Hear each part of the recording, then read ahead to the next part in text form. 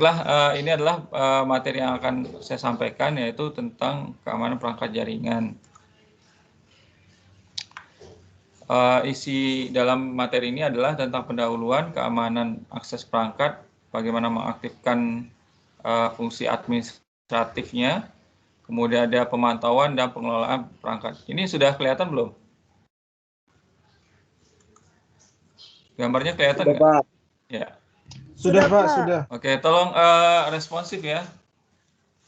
Jadi kalau ada pertanyaan bisa siapapun langsung, kalau mau jawab langsung sekalian. Jangan kayak apa, sepi sunyi gitu ya.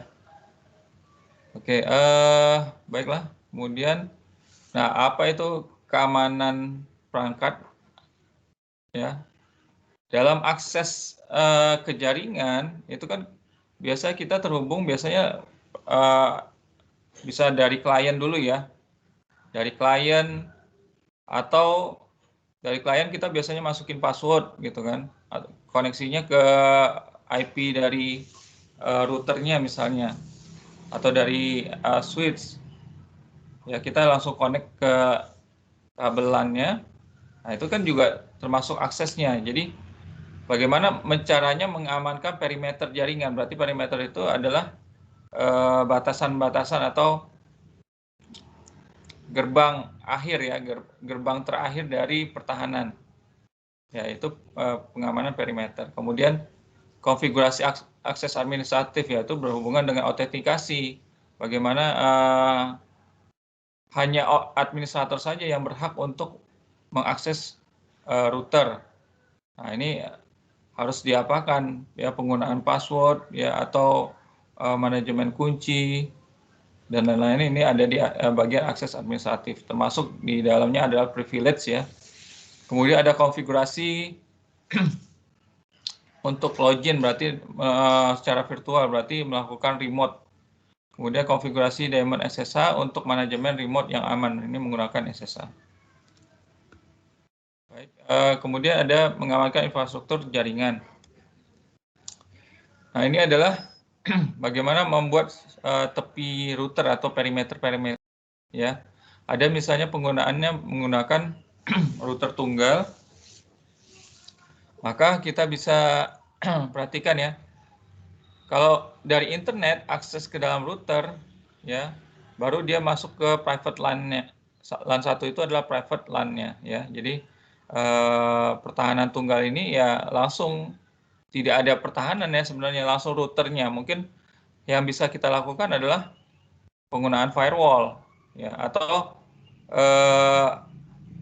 in out ya, in out akses ya, atau disebut dengan ACL, access control list ya. Jadi hanya misalnya dari IP sekian nggak boleh masuk ya, atau dari IP sekian nggak boleh keluar. Jadi lalu lintas masuk dan keluarnya traffic itu menggunakan router tunggal. Jadi pertahanannya hanya sebuah router aja.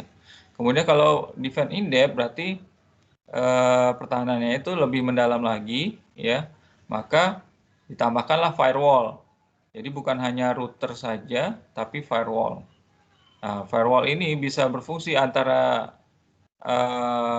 ditempatkan di tengah ya, atau di luar routernya ya, tergantung desain keamanannya seperti apa.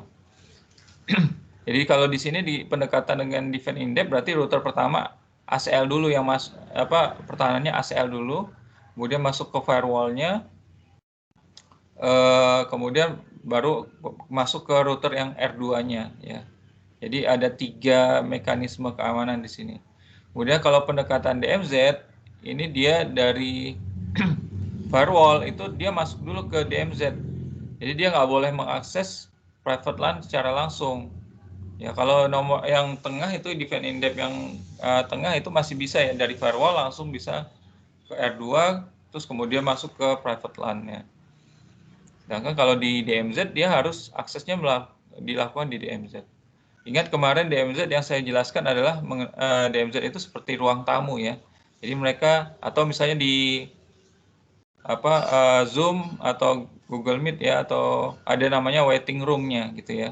Jadi waiting room itu nggak boleh mengakses sembarangan file-file. Jadi mereka hanya ya seorang tamu ya, traffic ini bisa dianggap sebagai tamu gitu ya, datang ke perusahaan ingin mengakses file gitu ya. Jadi hanya bisa dilakukan di ruang tamu aja, yaitu demilitarized zone atau DMZ. Kemudian ada tiga area keamanan. Yang pertama adalah fisiknya, kemudian konfigurasi router, dan penguatan atau peningkatan keamanan router atau router hardening. Nah, untuk administratif yang aman, ini pertama harus membatasi aksesibilitas perangkat. Jadi untuk membatasi ini ya berarti perannya siapa dulu? Apakah dia administrator ataukah user biasa, atau di bawah administrator biasanya ada asisten ya, asisten admin atau teman-temannya admin gitu ya. Jadi administrator itu mungkin bisa 1 atau 2 orang gitu ya. Tapi kalau misalnya semuanya jadi administrator itu akan berbahaya sekali. Apalagi misalnya di dalam perusahaan ya, di kantor itu kan pertama kita admin itu datang jam 8 pagi misalnya.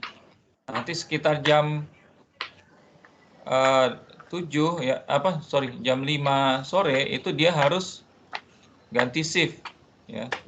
Kemudian jam 5 sore ganti shift yang sore atau malam gitu kan. Nah, itu penggantian password dari user pertama ke user kedua itu harus dilakukan administratif lagi ya, atau pencatatan misalnya secara manual. Oh, yang masuk jam 5 ini siapa gitu ya. Apa saja yang sudah dilakukan oleh, ada report lognya gitu ya, yang dilakukan oleh user pertama atau administrator pertama itu dihibahkan ke administrator kedua. Jadi harus ada pelimpahan tanggung jawab ya antara admin yang pertama dengan admin yang kedua. Kemudian setelah dia administrator itu punya kode akses atau password ya, dia melakukan login ya. Login itu juga ada caranya, ada yang bisa menggunakan password satu kali ya, artinya dia masukkan usernya, kemudian password, kemudian dia bisa langsung terhubung ke perangkat jaringan. Ya, itu biasanya di Cisco-nya ya. Nah, tapi bisa juga dua perimeter ya. Perimeter yang kedua, kita mau akses laptopnya misalnya atau komputer kliennya. Berarti dia harus autentikasi di klien dulu, baru dia bisa masuk ke Cisco, perangkat Cisco-nya. Jadi ada 2 kali autentikasi. Ya, itu bisa meningkatkan defense in depth. Ini siapa ya yang dari tadi suaranya kedengeran ya?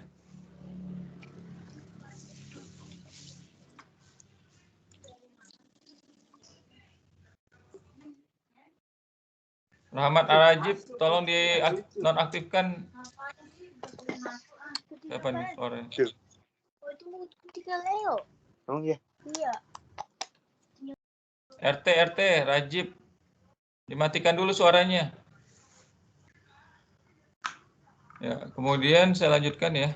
Kemudian ada otorisasi pengesahan tindakan. Nah, ini seperti tadi ya, report log-nya itu disahkan atau dialihkan, ada pengesahannya dulu ya. Kemudian ada pemberitahuan kehadiran yang legal, ya, dokumentasinya, memastikan kerahasiaan data. Jadi kalau misalnya kita masuk ke sebuah gedung ya, itu kan biasanya ada catatan, biasanya bagian security tuh, KTP-nya diserahkan, kemudian catat namanya siapa ya, jam berapa masuknya. Nah, ini ya seperti itulah kalau kita melakukan sebuah akses administratif. Jadi memang harus ada perimeter atau penjagaan yang intensif agar tidak mudah ditembus ya. Kemudian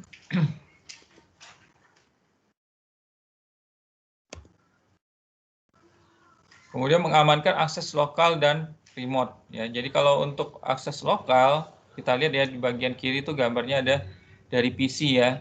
PC dia bisa melakukan koneksi dengan terminal atau menggunakan kabel langsung ke routernya. Biasanya dicolokin ke serial connection ya.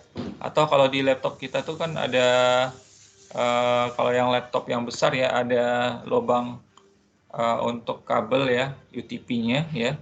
Itu bisa dicolokkan langsung tersambung dengan serial yang ada di router ya. Bentuk kabelnya itu pipih gitu ya, tipis.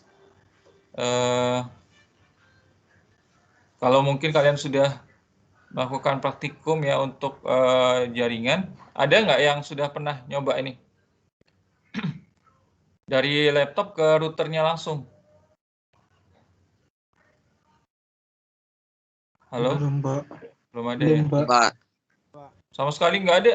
Waduh. Belum pernah. Emang praktikum apa? Komdat nggak ada atau Jarkom?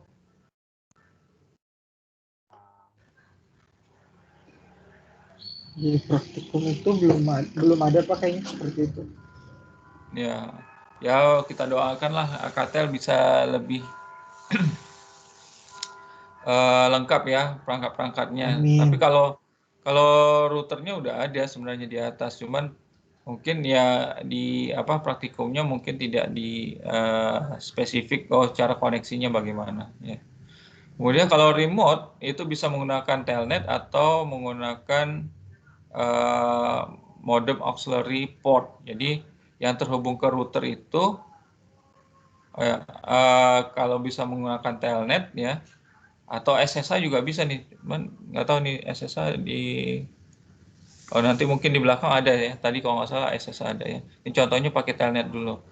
Pakai telnet ya dari PC terminal ya di luar jaringan internalnya ya baru kemudian terhubung ke switch ya kemudian terhubung ke router. Nah ini bisa menggunakan WiFi juga bisa sebenarnya ya WiFi sebagai apa switchnya ya. Kemudian dari WiFi tersebut terhubung ke routernya. Kemudian kalau misalnya dia pakai modem ya itu tinggal kita terkonek. Ini modem ini bisa berupa WiFi sebenarnya ya, WiFi atau akses pointnya lah ya. Jadi modem itu sebagai penyedia layanan internetnya kan. Nah, dari modem itu dia terhubung dengan router langsung. Jadi ini ada cara remote-nya seperti ini. Kemudian kalau di dalam dedicated manajemen ya jaringan manajemen dedicated atau yang jaringan pribadi ya. Jadi kalau di perusahaan itu dedicated network ya. Itu biasanya contohnya seperti ini ya. Mungkin manajemen LAN itu administratif hostnya sama logging host itu ada di lantai 1 atau di ruangan A gitu ya. Sedangkan router ada di ruangan security data center gitu ya. Atau di IT, ruangan IT lah gitu ya.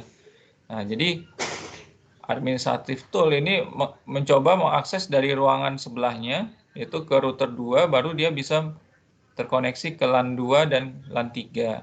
Tapi kalau yang dari itu kalau dari administratif host itu bisa langsung ya, langsung masuk ke internal networknya. Tapi kalau dari internet itu dia harus menggunakan tadi desain seperti ini apa? Untuk DID ya, defend in depth-nya. Itu dia harus di R1-nya mungkin ada ACL-nya atau access control list-nya, kemudian dia masuk ke firewall, baru dia masuk ke R2.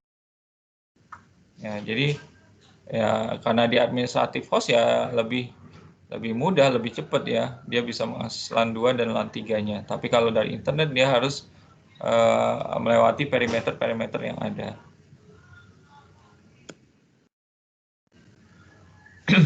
Nah, sebagai administratif role atau berperan sebagai seorang administrator, ya kita juga harus paham bagaimana membuat password yang kuat ya. Jadi terkadang ya ini sebenarnya password ini nyeleneh gitu ya. Kalau misalnya kayaknya nggak ada orang nih yang akan akses gitu ya. Ya 1 2 3 4 5 aja lah gitu ya.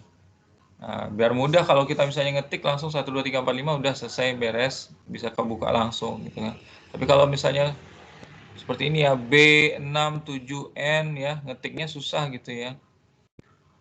Nah, bisa dipermudah dengan kita membuat huruf menjadi angka ya, misalnya E menjadi angka 3 ya, A itu jadi angka 4 ya, atau G itu angka 9 ya. Nah, itu membuat kita lebih acak lagi ya untuk kata kuncinya. Nah, tapi ada standar yang sebaiknya diikuti ya. Pertama, gunakan kata sandi ya. Baik itu 6 ya, ada yang 6 kayak PIN ya, di ATM itu 6. Ada yang menggunakan 8 karakter, ada 10 karakter atau lebih. Tapi semakin karakternya semakin banyak, sebenarnya semakin sulit untuk dibongkar. Tapi mengurangi kenyamanan dari pengguna komputernya. Jadi si administrator ini akan ya terlalu lama untuk coba dia ketikkan 10 atau lebih ya. Nah, ini jadi faktor kenyamanan itu pasti berbanding terbalik dengan keamanan. Kemudian sertakan huruf campuran, misalnya menggunakan huruf besar, kecil, simbol ya, atau menggunakan angka ya. Kemudian ini tadi kelabui dengan cara ejaan, ini udah ya tadi saya jelaskan. Kemudian ganti kata sandi sering mungkin ya, secara password perubahan passwordnya itu ya secara reguler ya. Mungkin apalagi kalau administrator ya, mungkin seminggu sekali itu harus diganti. Tapi kalau user biasanya ya sebulan sekali lah gitu ya. Nah, ini contoh-contoh menggunakan misalnya secret ya, ini menggunakan benar-benar acak, nggak ketahuan ya, B67 ini. Kalau dia Smith itu menggunakan nama ibunya ya,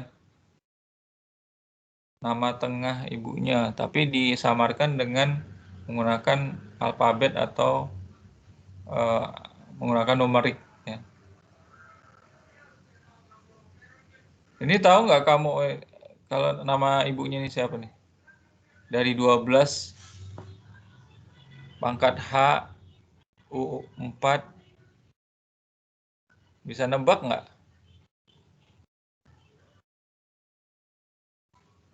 Misalnya satu itu huruf A gitu kan, huruf yang kedua itu B ya. Kemudian pangkat H itu mungkin 6 ya.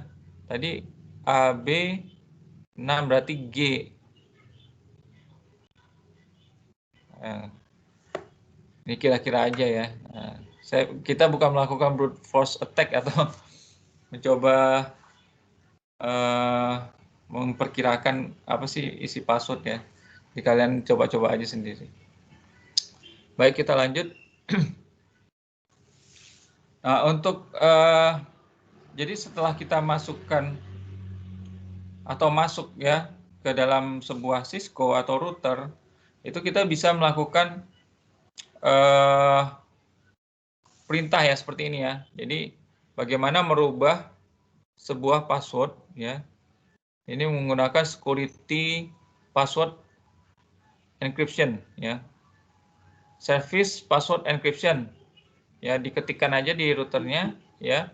Kemudian exit, kemudian ada show running config. Nah, show running config dia melihat konfigurasinya. Nah, kelihatan nih passwordnya ada password 7 ya, 094F4 ya kan. Nah, ini bisa di-crack nih kalau misalnya yang bisa tembus ke router ya. Dia masukkan angka itu ke aplikasi crackernya. Ya akhirnya dia bisa membuka, oh passwordnya Cisco ternyata. Ya ini biasanya menggunakan MD5 nih, biasanya seperti ini. Jadi MD5 tuh udah bocor ya. Jadi aplikasi MD5 tuh udah banyak banget yang bisa nge-crack MD5.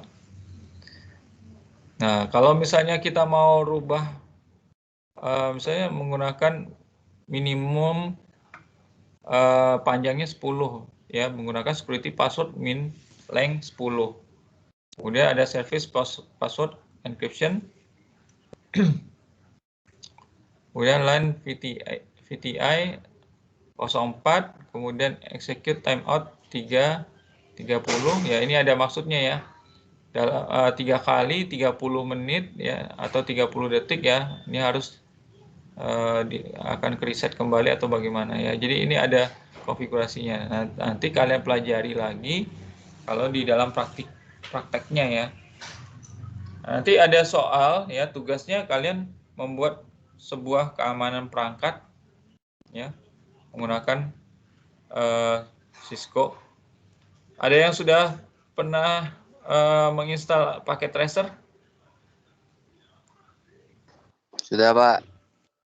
Sudah, Udah Pak. ada yang belum? Sudah, Pak, sudah. Rata-rata udah ya. Sudah, Ya, Pak. Pak. Harusnya. Nah, nanti tugasnya boleh diskusi ya. Misalnya karena mungkin ada laptop yang nggak bisa menggunakan paket tracer, silakan.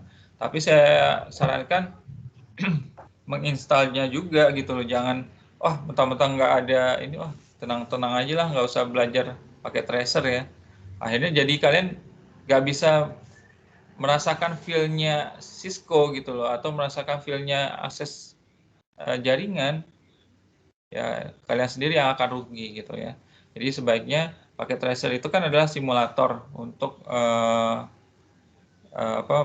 desain jaringan ya, atau melakukan konfigurasi jaringan, sehingga kalian nggak harus beli perangkatnya ya untuk melatih kemampuan komen-komen yang ada di dalam router gitu ya.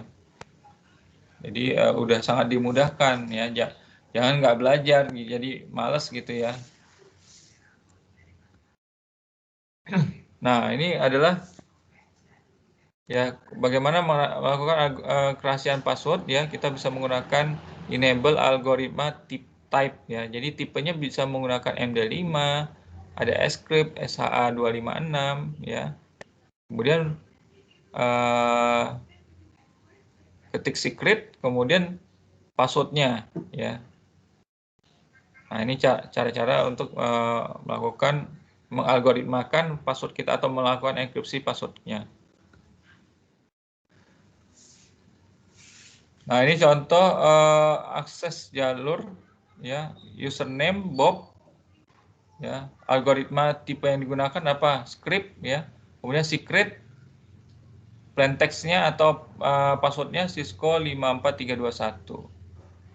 Ya, ini bagaimana kita melakukan mengenkripsi password Cisco 54321-nya ya.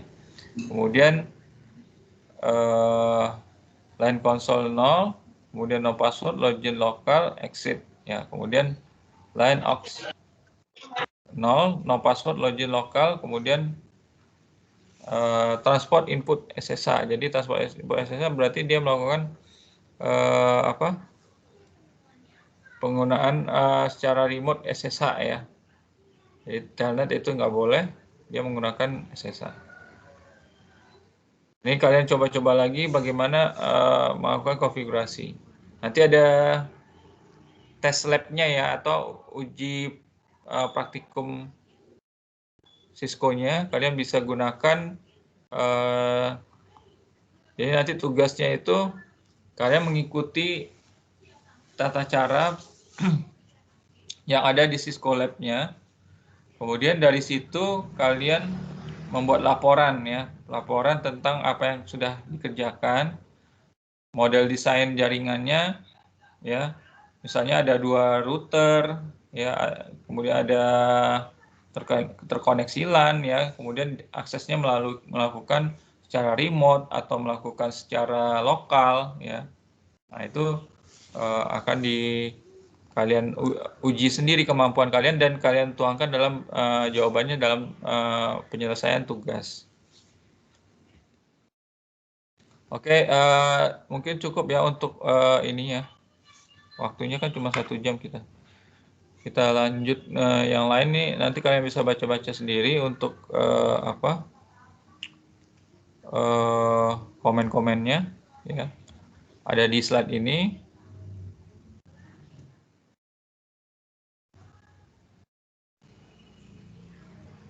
Nah, ya, kalau yang ini untuk peningkatan login ya. Nah, ini menggunakan attempt. Jadi login block for second. Jadi login akan diblok setelah berapa detik. Kemudian attempt-nya berapa kali coba ya. Nah, maka kita tuliskan login block for misalnya 120 detik, attempt di sini dituliskan 5 kali ya.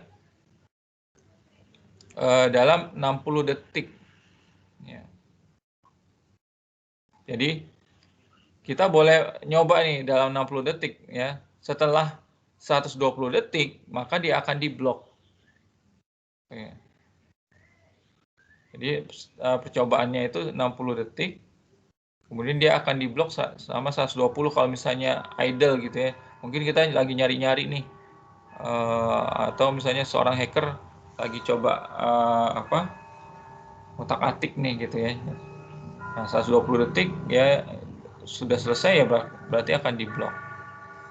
Kemudian login quiet mode juga bisa ya. Jadi IP access list standard permit admin. Jadi ini melakukan permission kepada IP tertentu. Ya dia kemudian dia melakukan login berdasarkan IP-nya ya. Kalau dia IP-nya nggak dikhususkan untuk IP itu, dia nggak akan tidak bisa melakukan login ya. Makanya disebut dengan quiet mode ya. Jadi mode senyap ya.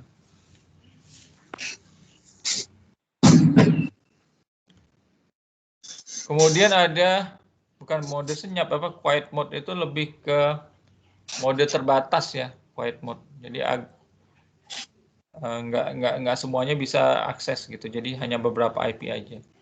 Kemudian percobaan gagal masuk ini bisa menggunakan login on success log atau login on failure log ya. Nanti dipelajari lagi di Cisco Lab itu nanti lengkap ya. Apa saja yang harus dilakukan. Kemudian melakukan konfigurasi SSH. Nah, ini misalnya menggunakan IP ya, kemudian SSH version 2 misalnya ya. Ini cara mengaktifkan SSH-nya. Kemudian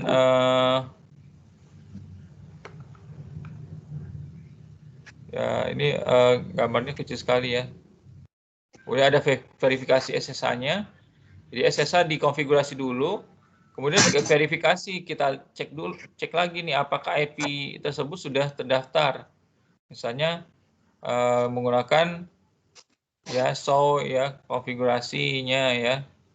Kemudian menggunakan crypto key service RSA nih ya. Jadi biar lebih enkripsinya di SSH-nya lebih kuat lagi. Jadi menggunakan crypto key service RSA. Sorry. Kemudian ada, nah ini show IP SSH ya untuk melakukan verifikasi SSH-nya apakah sudah enable atau belum ya. Nah, cara terhubung ke router ya menggunakan SSH itu ada 2 cara, yaitu dengan menggunakan aplikasi ya, aplikasi kayak seperti Putih gitu ya. Putih, kemudian dari Putih tersebut ya itu bisa masukkan IP-nya ya. Kemudian port SSH misalnya port 20 gitu ya. Kemudian masukkan IP-nya, nah nanti itu bisa langsung terhubung. Atau menggunakan telnet juga bisa ya. Ini karena sedang lagi bahas SSH. Ya, SSH yang kita akan gunakan. Karena SSH lebih secure, ya. Kemudian kalau sebagai server ya, atau dari ruangan ini ya, dari ruangan server itu bisa langsung login secara lokal ya, jadi tidak perlu SSH lagi.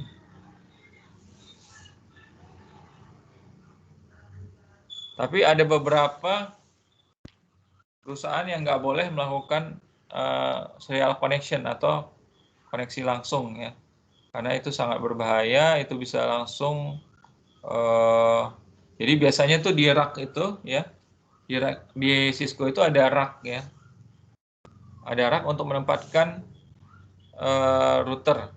Jadi biasanya tuh routernya kalau mau koneksi secara langsung itu kan dikunci ya. Nah, kunci itu harus minta dulu ke security, Pak boleh nggak akses ke dalam routernya secara langsung ya. Itu kan terlalu banyak kabel-kabel, kecopot satu kabel aja bisa down service yang lain gitu ya. Jadi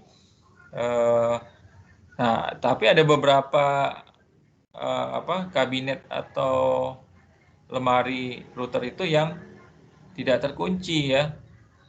Biasanya tuh karena ya tidak terlalu ini, kalau pokoknya udah lewat security semuanya di dalam terserah ya. Jadi udah masuk nih, masuk ke ruangan database atau ruangan server gitu ya. Masuk dikasih akses, udah bisa langsung terserah. Bahkan komputer-komputer lain juga bisa kita rusak ya sebenarnya kalau mau jahat gitu ya. Misalnya kita sebagai vendor nih, kalau dulu saya vendor di Nokia gitu ya. Saya sebagai orang Nokia yang akan mengakses perangkat Nokia saya gitu ya. Tapi di situ di dalam ada perangkat Ericsson, ada perangkat perusahaan lain gitu ya. Nah, itu kan kalau mau jahat sih bisa aja cabut-cabutin aja yang lainnya gitu loh. Ya, tapi kita secara profesional, ada CCTV juga, nggak bisa langsung sembarangan. Ya, itu kalau kondisinya memang kabinetnya terbuka atau lemarinya terbuka, nggak.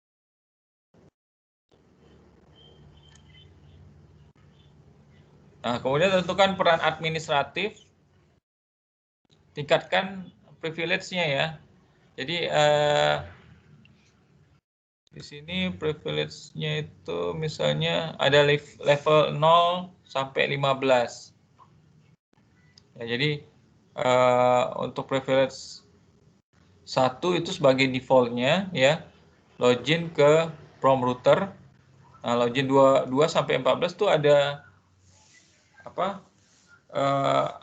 yang diperbolehkan dan tidak diperbolehkan ya. Misalnya melakukan konfigurasi ke melakukan editing atau modifikasi itu nggak boleh, yaitu tergantung level-levelnya gitu ya. Kemudian kan kalau di Windows itu kan ada executable atau writing, ya, writable, ya, kemudian editable, kemudian ada execute, ya, dapat dieksekusi gitu kan. Kemudian ada write ya, dapat ditulis, modify itu dapat dimodifikasi. Nah, itu ya ada hak-hak privilege untuk hak istimewa ya untuk si pengguna tersebut. Jadi nggak sembarang pengguna yang bisa dapat level 15 ya. Jadi kalau level paling tinggi itu udah super user gitu ya. Kemudian ada tingkat perintah mode execute user ya, itu ada tingkat privilege 1, kemudian hingga privilege 15. Nah, ini contoh penggunaan ya menggunakan tingkat privilege ya. Di konfigurasi terminal ya, conf-t itu kalian tulis aja ya pakai tanda seru ya, tanda seru level 5 and support user configuration, kemudian privilege eksekusi execute level 5 ping, enable algoritma type script ya. Jadi dia pertama dia melakukan pengecekan privilege-nya ya. Kemudian dia melakukan konfigurasi untuk privilege level 5-nya. Jadi tanda seru level 5 itu ya dia melihat konfigurasi level 5 privilege level 5-nya, kemudian privilege execute itu dia menetapkan level 5 sebagai privilege-nya. Kemudian menambahkan enable algoritma type-nya ya untuk sebagai password ya, yaitu level 5 Cisco 5. Jadi untuk masuk ke level 5 dia harus menggunakan password tertentu. Kemudian username support ya, ini sebagai nama username-nya adalah support menggunakan privilege 5, kemudian algoritma type-nya adalah script. Ya, jadi ini untuk bagaimana melakukan konfigurasi level 5 dan berikutnya ada level 10 dan 15. Keterbatasan tingkat privilege ya, tidak ada kontrol akses ke antarmuka spesifik, port antarmuka logis dan slot pada router. Jadi tidak ada IP tertentu ya untuk privilege 5 atau 7 nggak ada ya. Perintah yang tersedia di level privilege yang lebih rendah selalu dapat dieksekusi di level privilege yang lebih tinggi. Yang lebih tinggi itu pasti yang privilege yang di bawahnya itu semuanya bisa dikerjakan karena memang super user. Perintah khusus yang ditetapkan pada tingkat hak istimewa yang lebih tinggi tidak tersedia untuk pengguna hak istimewa yang lebih rendah. Jadi untuk lebih rendah ya tidak bisa menggunakan hak yang istimewa yang lebih tinggi. Menetapkan perintah dengan beberapa kata kunci. Ya, ini tadi cara konfigurasi privilege kan, dan ya ada perintah-perintahnya itu kalian harus pahami ya. Walaupun ya nanti di UAS itu kita tidak ada, ini kan karena lebih banyak kepada konfigurasi ya, konfigurasi. Jadi pertemuan 8 sampai ke 14 ya, tolong diingat ya. Pertemuan setelah UTS itu saya akan terapkan bagaimana melakukan desain keamanannya. Jadi pas UAS pun kalian harus ya, soalnya nanti melakukan desain keamanan ya. Nah, ini bisa dikerjakan secara berkelompok. Tapi satu kelompok itu biasanya tiga orang ya. Tujuannya apa? Membatasi terlalu banyak ya, nanti 3 orang nggak bekerja apa, kalau misalnya 5 orang nih, 2 orang ternyata nggak kerja gitu, atau 1 orang nggak kerja kan, jadi percuma gitu ya. Jadi maksimal minimal ya 3 sampai 4 orang ya, tergantung nanti kalau misalnya ada yang ganjil ya akhirnya nyemplung juga tuh yang 1 orang ya, 4 atau 5 gitu ya. Coba kita lihat lagi dari jumlah siswanya berapa orang. Kadang ada juga yang mahasiswa yang minta, Pak nih anaknya nggak pernah datang nih atau nggak pernah hadir. Oh ya udah, akhirnya dia gabung dengan tim yang lain gitu ya. Jadi nggak akan saya persulit untuk UASnya karena kita nggak ada lab gitu ya.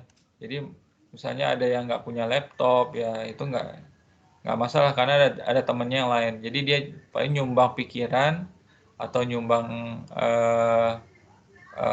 sebagai moderator ya. Nanti kalian ya setelah desain itu kalian terangkan dalam bentuk video ya yang akan diupload ke YouTube.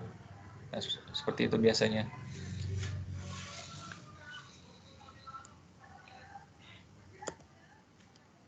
Kemudian ada akses CLI ya, command line interface ya, berbasis peran. Jadi command line atau yang berbentuk perintah-perintah tadi ya, itu command line ya. Itu berbasis peran. Ada misalnya khusus privilege-nya adalah operator keamanan ya. Jadi dikategorikan ya. Dikategorikan sebagai user itu masuk kategori apa? Oh, sebagai operator keamanan. Maka privilege yang diaktifkan tuh privilege level berapa aja gitu ya. Nah, ini contohnya privilege operator keamanan itu dapat melakukan konfigurasi AAA ya. Ini authentication ya, pokoknya security di dalam Cisco nih, kalau saya lupa ya konfigurasi A. Kemudian masalah perintah show, ini bisa melihat ya show IP atau show konfigurasi bagaimana ya, ini bisa semua digunakan untuk perintah show-nya. Kemudian konfigurasi firewall, IDPS, NetFlow ya. Sedangkan Private One Engineer itu bisa melakukan konfigurasi routing ya, konfigurasi interface, perintah show. Nah, ini tergantung bagaimana kita mendesain peran-perannya masing-masing ya, itu ada cara-caranya. Nah, ini contoh berbasis view ya untuk peran. Jadi kalau view itu kan berdasarkan objek-objek ya. Jadi contohnya di sini ada view-nya, ada view 1 itu atau fitur ya. Fitur 1 ini show interface, fitur 2 config terminal ya, view 3 atau fitur 3 router, view 4 interface ya. Nah, dari fitur-fitur inilah mau ditempatkan di mana fiturnya? Oh, di supervisor 1. Supervisor 1 itu bisa melakukan view 1, view 2 dan view 4. Berarti fitur 1, fitur 2 dan 4. Dia bisa melakukan show interface, dia bisa config terminal, dia bisa konfigurasi interface-nya ya. Config interface juga, fast Ethernet 0 misalnya. Nah, ini bagaimana kita menempatkan view-view ini, objek-objek fiturnya ini kita tempatkan di setiap user ya. Nah, untuk melakukan view berbasis peran ini bisa menggunakan enable view ya. Kemudian parser view, nama view name-nya ya. Kemudian parser itu berarti objek ya, objek view-nya ya. Misalnya tadi view 1 ya. Kemudian kita encrypt secret, encrypt password ya. Kemudian maka perintahnya adalah comment. Parser mode-nya apa? Parser mode-nya itu ada include eksklusif, ada exclude, kemudian all, kemudian masukkan interface-nya ya. Kemudian ya ini bisa kalian cari lagi nanti di lab-nya ya. Jadi kalau sebenarnya untuk Cisco ini sebenarnya harus lebih banyak belajar lab ya, termasuk kalau misalnya kalian mau ngambil CCNA gitu ya, ujiannya itu juga pasti ada konfigurasi-konfigurasi yang ditanyakan gitu ya. Oh, kalau misalnya melakukan desain ini bagaimana? Ya, Cisco Lab itu salah satu ujiannya ya. Nanti kalian dikasih sebuah lab Cisco, suruh desain dengan yang diminta seperti apa. Nanti yang benar konfigurasinya ada skor-skornya gitu ya. Jadi harus banyak belajar tentang perintah-perintah yang ada di Cisco. Oke, kemudian nah ini sama ya, verifikasi berbasis peran tadi. Memantau dan mengelola perangkat. Bagaimana menggunakan fitur konfigurasi tangguh Cisco, membandingkan akses manajemen inbound dan outbound, kemudian mengkonfigurasi syslog ya, ini akan dipantau dan dikelola dalam perangkat. Nah, untuk mengaktifkan fitur ketahanan image iOS. Jadi iOS atau sistem operasi yang ada di Cisco itu harus juga diamankan ya. Jadi bisa menggunakan secure boot image. Jangan sampai ini misalnya orang bisa masuk ya ke dalam, kemudian OS-nya diacak-acak atau ditaruh malware gitu ya di dalam OS-nya, sehingga dia bisa, kan semua data yang yang sudah dikonfigurasikan itu disimpan di dalam memori ya. Nah, dengan kita bisa menguasai sistem operasi itu dengan mudah ya, data-data yang tersimpan tadi itu diambil alih ya. Bahkan image iOS-nya bisa digandakan. Kalau image iOS-nya bisa digandakan, dia pindahkan, dia ambil, dia download ya image iOS ini, kemudian dia pindahkan ke routernya milik dia bisa menjadi router duplikat dari router yang aslinya ya. Kalau bayangkan kalau ada router duplikat, maka semua konfigurasi yang semua jaringan yang masuk ke dalam router tersebut ya akan melalui atau melalui perangkat duplikat tadi gitu ya, sehingga bisa melakukan serangan ya terhadap lalu lintas trafficnya. Nah ini kan sangat berbahaya. Jadi ini bisa menggunakan secure boot image, kemudian melakukan secure boot config ya. Kemudian kita verifikasi dengan show secure boot test, boot set ya. Ini terlihat di sini sudah runable image entry point bla bla bla gitu ya.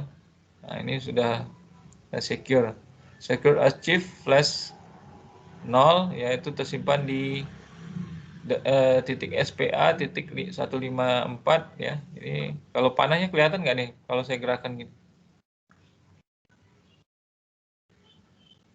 Halo? Wah, ini udah pada tidur nih. Halo? Belum, Pak. Ya, Pak. Ya.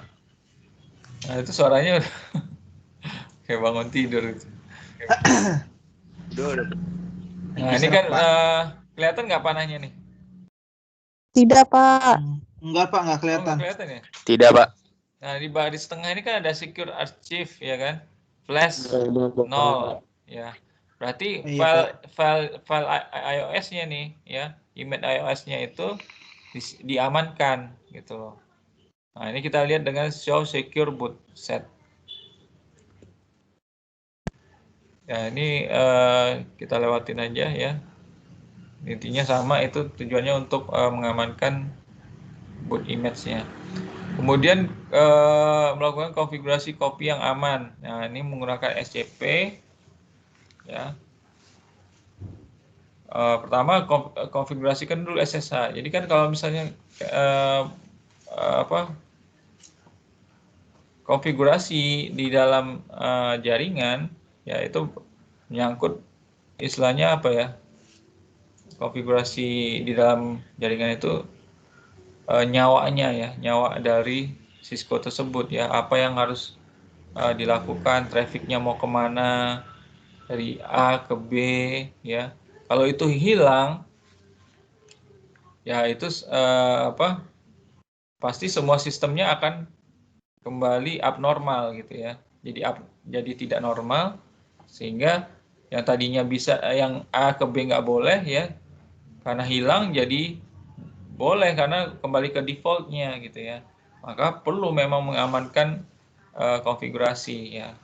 Nah, ini kita bisa transfer ya dari perangkat Cisco ke laptop kita ya. Itu dengan melakukan secure copy ya. Secure copy-nya itu yaitu menggunakan secure copy protokol SCP ya. Nah, pertama adalah menggunakan SSH dulu, konfigurasi SSH-nya. Kemudian usernya harus level privilege 15. Kemudian aktifkan AAA, tentukan database yang digunakan untuk autentikasi, konfigurasikan otorisasi perintahnya, baru aktifkan fungsi SCP-nya. Kemudian untuk recovery password router ya, mungkin lupa atau apa ya, nah, ini bisa caranya seperti ini ya, koneksikan ke port konsol, catat konfigurasi requisite setting, reboot router, lakukan break prosesnya. Ya, ini harus ada pengalaman juga ya untuk melakukan ini, karena kalau kita cuma lihat catatan-catatan seperti ini tuh agak pasti ya malas juga ngebacanya apa sih. Kalau kita misalnya kalau kita laptop nih ya, buka dulu laptopnya ya, kemudian pencet tekan tombol power on off-nya. Power on off-nya kalau kita nggak pernah ya lihat routernya ya nggak, bingung juga nih, oh mana powernya yang mau ditekan gitu kan ya. Kemudian lakukan break prosesnya. Gimana cara break prosesnya kalau nggak dilakukan? Nah, ini memang butuh experience yang lebih ya. Kita walaupun di simulator itu bisa dilakukan, cuman real life-nya ya. Jadi kalau kita action berdasarkan apa ya, tubuh kita ya, kita akan terbiasa melakukan hal itu. Tapi kalau misalnya kita hanya simulasi, itu tidak akan terbiasa untuk mengatasi masalah-masalah yang ada nantinya. Gitu ya.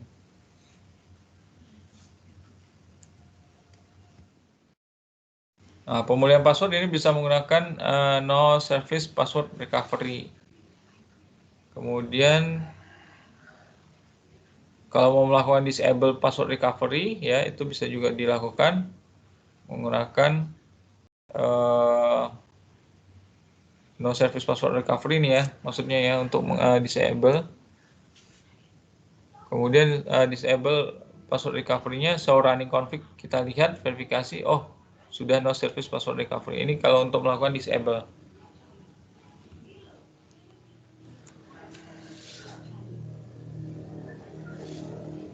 Nah, ini akses manajemen ya.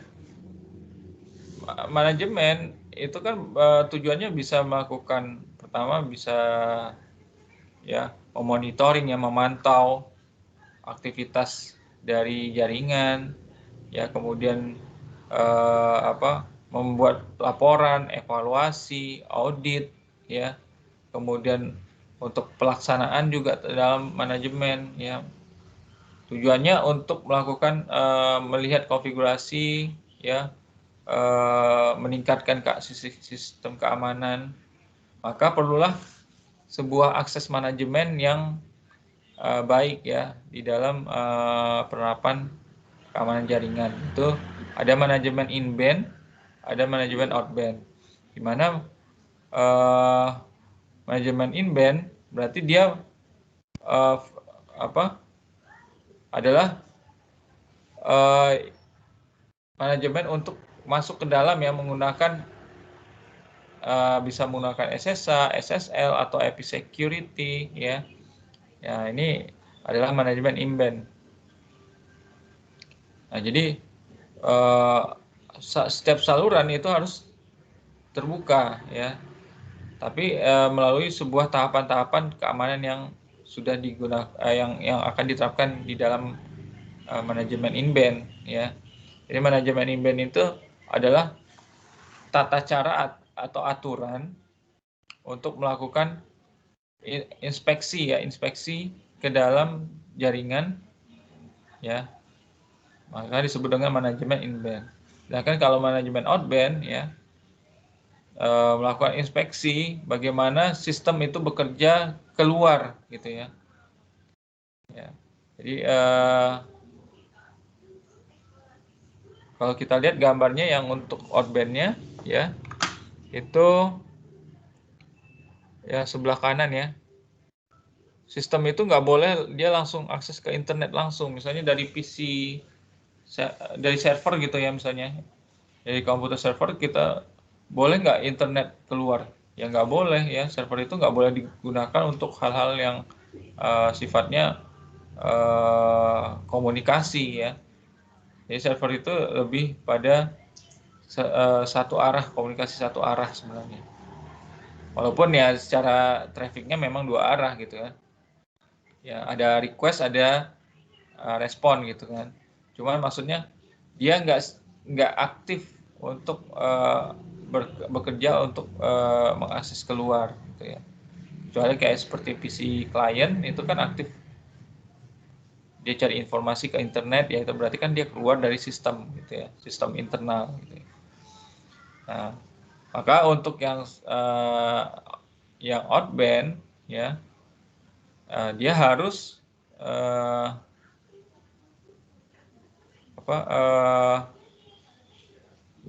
ada pembatasan-pembatasan. Nah, itu disebut dengan manajemen outbound ya. Caranya adalah dengan melakukan tingkat keamanan tinggi, mengurangi risiko melewati protokol manajemen melalui jaringan produksi.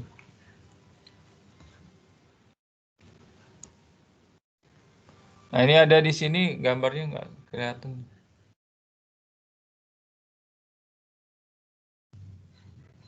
Kalau yang inbound ini bisa menggunakan firewall ya, protect manajemen network ya, behind firewall ya, di belakang firewall itu harus ada manajemen proteksi jaringannya. Kalau yang outbound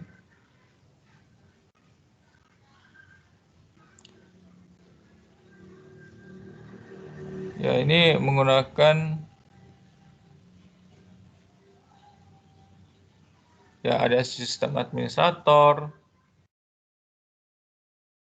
ada access control service ya. Ya ini untuk melakukan manajemen outbound. Oke, kemudian manajemen juga memerlukan sistem lognya ya. Dia akan melihat bagaimana pesan-pesan atau transaksi di dalam transmisi data dan atau trafficnya gitu ya. Maka bagaimana melakukan akses syslog yaitu dengan membuat sebuah syslog server ya, di dalamnya adalah data-data tentang syslog. Kemudian ada router yang terhubung baik secara langsung atau melalui switch ya. Nah, untuk melakukan konfigurasi syslog ya, ini bisa menggunakan ada dua komputer di sini ya, contohnya ya, menggunakan konsol atau terminal line. Kemudian ada router ya. Jadi syslog ini ya memantau semua perangkat-perangkat yang ada di dalam sistem ya. Apa yang dilakukan oleh konsol ya, apa akses apa yang dilakukan ya, ini terekam dalam syslog server. Nah, tingkat keamanan yang disajikan di dalam syslog message atau pesan atau informasi berita ya di dalam syslog itu ada tingkatannya tentang keamanannya ya. Pertama, highest level itu level 0, lowest level itu level 7. Kalau misalnya darurat itu level 0 ya. Kemudian level 1 itu alert ya, baru peringatan. Kemudian level 2 itu critical hingga level 7 debugging. Ini kalau misalnya melakukan perubahan itu debugging. Kemudian ada contoh pesan ya. Misalnya no log emerge _emerge ya. Berarti sebuah kondisi panik ya yang di broadcast ke seluruh user. Nah, ini biasanya ada tulisan log emerge-nya ya. Kalau log alert kalau level 1 dia ada tulisan log alert. Jadi kita bisa melakukan grab ke lognya ini berdasarkan log emerge ada nggak, log alert ada nggak ya, log underscore create ada nggak ya. Itu untuk mendeteksi log-log yang berhubungan dengan syslog tadi. Oke, ini kita lanjut aja ya. Udah jam berapa ya? Udah 9.40 ya. Nah, ini konfigurasi syslog-nya. Oh, udah selesai. Oke. Ya. Jadi yang kita pelajari tadi apa aja? Bagaimana membuat sebuah akses ya, baik itu dari luar maupun di dalam. Ya, menggunakan perimeter apa saja. Kemudian bagaimana membuat sistem autentikasi yang aman.